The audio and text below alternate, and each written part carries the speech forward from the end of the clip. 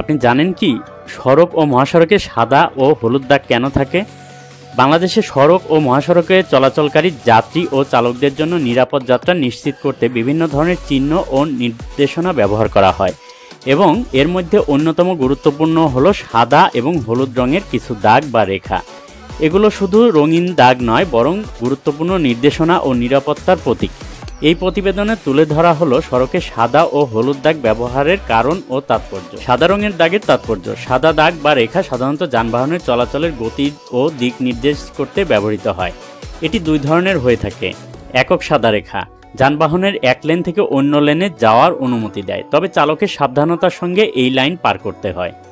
Double সাদা রেখা এটি সাধারণত বিপজ্জনক জায়গায় যেমন বাঁক, সেতুর মুখ ও উঁচু নিচু জায়গায় ব্যবহার করা হয়।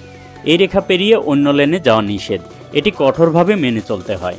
হলুদ রঙের তাৎপর্য: হলুদ দাগ প্রধানত বিপরীতমুখী যান চলাচলের লেন নির্মাণে ব্যবহৃত হয়। এটি দুই ধরনের হয়।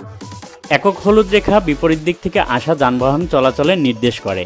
এই রেখা পেরিয়ে ওভারটেক করা নিরুৎসাহিত করা হয়। ডাবল হলুদ রেখা উভয় দিকে যানবাহনের জন্যই এই রেখা পার হওয়া সম্পূর্ণ নিষিদ্ধ। এটি সবচেয়ে বেশি গুরুত্বপূর্ণ ও দুর্ঘটনাপ্রবণ এলাকায় ব্যবহৃত হয়। সড়কে আঁকা সাদা ও হলুদ দাগ আমাদের যাত্রা নিরাপদ, শৃঙ্খলাপূর্ণ ও দিক নির্দেশনামূলক করে তোলে। এই চিহ্নগুলো মানা প্রতিটি চালকের দায়িত্ব ও কর্তব্য। সঠিক জ্ঞান ও সচেতনতা থাকলে এইসব দাগের সাহায্যে অনেক দুর্ঘটনা প্রতিরোধ করা সম্ভব।